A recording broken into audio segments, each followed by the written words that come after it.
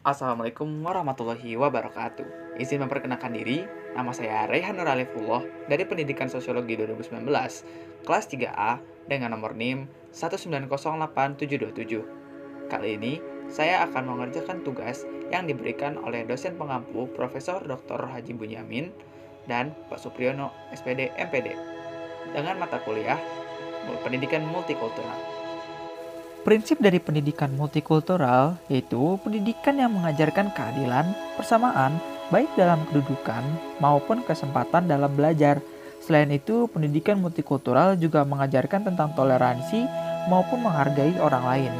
Jadi, pada intinya, kita diajarkan untuk bersama-sama menghadapi segala perbedaan yang ada, dan dengan cara menghargai tersebutlah kita dapat bekerja sama dan dapat membantu siapapun di luar sana secara santai, secara nikmat dan lain sebagainya, tanpa ada rasa ragu dan rasa yang sungkan. Kita sama-sama bekerja sama untuk mencapai satu tujuan. Dan kedepannya, untuk tantangan-tantangan yang akan datang, ada 4 tantangan yang dapat menjadi acuan pada pendidikan multikultural di sekolah. Yang pertama, perbedaan pandangan atau cara berpikir. Tentunya siswa-siswi yang masuk di sekolahan pun memiliki cara pandang dan cara berpikirnya masing-masing. Ada yang fanatik, ada yang pintar, ada yang pemalas, dan lain sebagainya. Jika mereka semua disuruh menjawab satu pertanyaan, kemungkinan mereka akan menjawab pertanyaan yang berbeda, bukan? Apalagi soal pendapat. Dari situlah kita harus belajar menghargai perbedaan orang lain. Mengapa demikian? Karena perbedaan itulah yang akan memunculkan ilmu-ilmu baru, apalagi cara berpikir yang baru. Dan dapat juga membuat kita semua sadar bahwa perbedaan yang ada itu hanya untuk sebatas ilmu. Dan yang kita dapatkan untuk kita sendiri juga ke depannya. Seperti itu. Yang kedua, perbedaan kasta.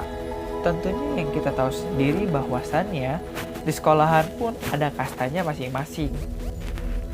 Apalagi perbedaan kasta tersebut dapat menimbulkan masalah-masalah yang besar yang kemungkinan juga menimbulkan perpecahan. Dari situlah mengapa pendidikan multikultural itu sangat penting untuk diajari agar perbedaan-perbedaan tersebut dapat terhindarkan.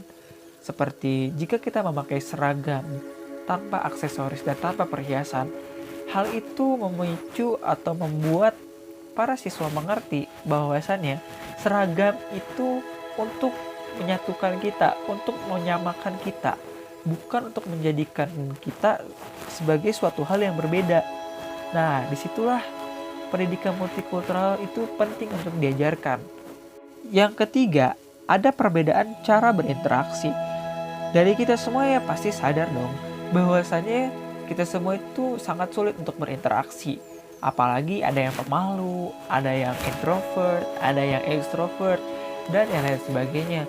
Tentu saja hal itu harus membuat guru-guru di luar sana harus pandai dalam mengajarkan pendidikan multikultural dalam hal tersebut. Kita harus mengajarkan para anak-anak atau para murid tersebut agar menghargai apa yang sebenarnya orang lain itu lakukan dan yang biasa mereka laksanakan.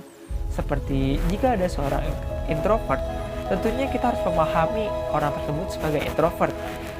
Dan dengan cara interaksi yang berbeda pun, kita harus berinteraksi dengan orang tersebut dengan cara yang tenang, yang bisa membuat dia mengerti bahwasannya kita hanya datang untuk berinteraksi, bukan untuk mencari masalah dan lain sebagainya. Seperti itu. Yang terakhir, ada perbedaan kubu atau kelompok. Dalam hal ini sangatlah penting untuk guru-guru di luar sana untuk mengawasi murid-murid yang berkubu atau yang berkelompok. Mengapa demikian? Mereka merupakan suatu tantangan bagi guru itu sendiri dalam mengajarkan pendidikan multikultural.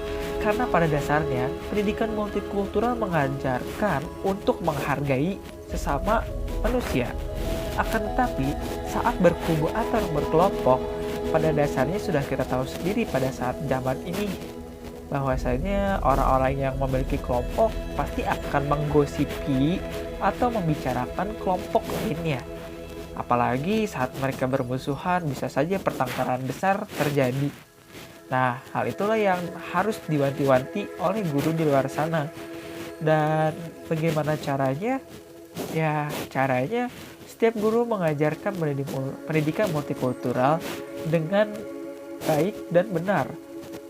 Karena pada dasarnya, setiap guru hanya menjelaskan tanpa memberitahu cara yang terbaiknya itu seperti apa. Nah, dipraktekkan dengan cara apa?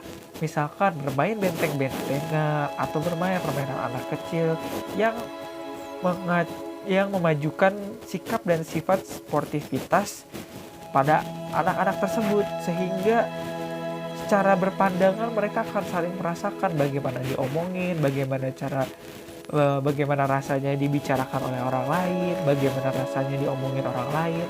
Nah, hal tersebutlah yang akan memicu mereka untuk melakukan hal baik di luar sana. Nah, itu saja dari saya.